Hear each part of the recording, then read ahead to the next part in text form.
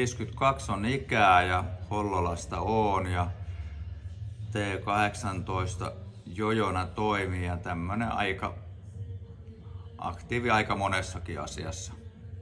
Toiminnassa monessa mukana. T18 on joukko ja siinä toimii jojona.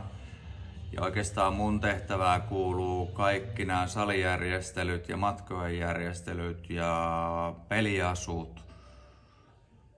Ja kaikki tämmönen niin kuin ulkopuolinen toiminta, mitä liittyy, että pystytään järjestämään jotain reissua tai pelejä tai turnauksia tai mikä vaan sitten onkaan, niin ne on niin kuin mun vastuulla.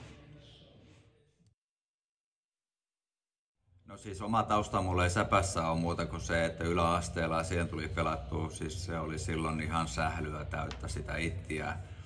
Et siinä vaiheessa se salibändiä niin kuin oikeastaan hirveästi missä vaiheessa ollutkaan, mutta poika rupesi pelaamaan ja sitä kautta sitä sitten tuli pikkuhiljaa enemmän ja enemmän mukaan ja sitten oikeastaan siitä jojoksi sit sitä on ollut koko aika näissä hommissa mukana. Pelaa en edelleenkään itse, mutta taustalla kyllä.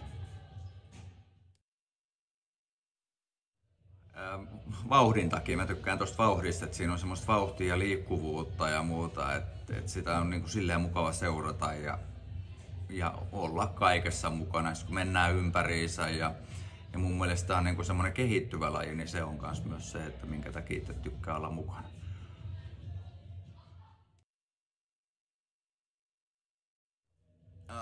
Lempiruoka on varmaan joku siis grillissä itse paistettu ruoka. Mä teen hirveästi ruokaa. Grillaukseen liittyy se kesä ja kaikki muu vastaava. Sitten toinen on lasagne, itse tehty lasagne. Se on ihan huippua kaikissa muodoissa.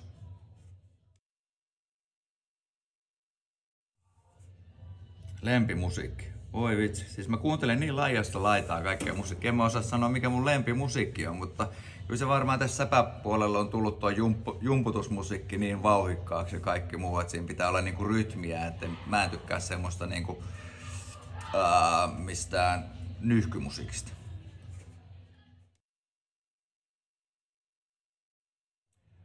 Elämässä pitää osata olla siinä lyhykäisyydessä.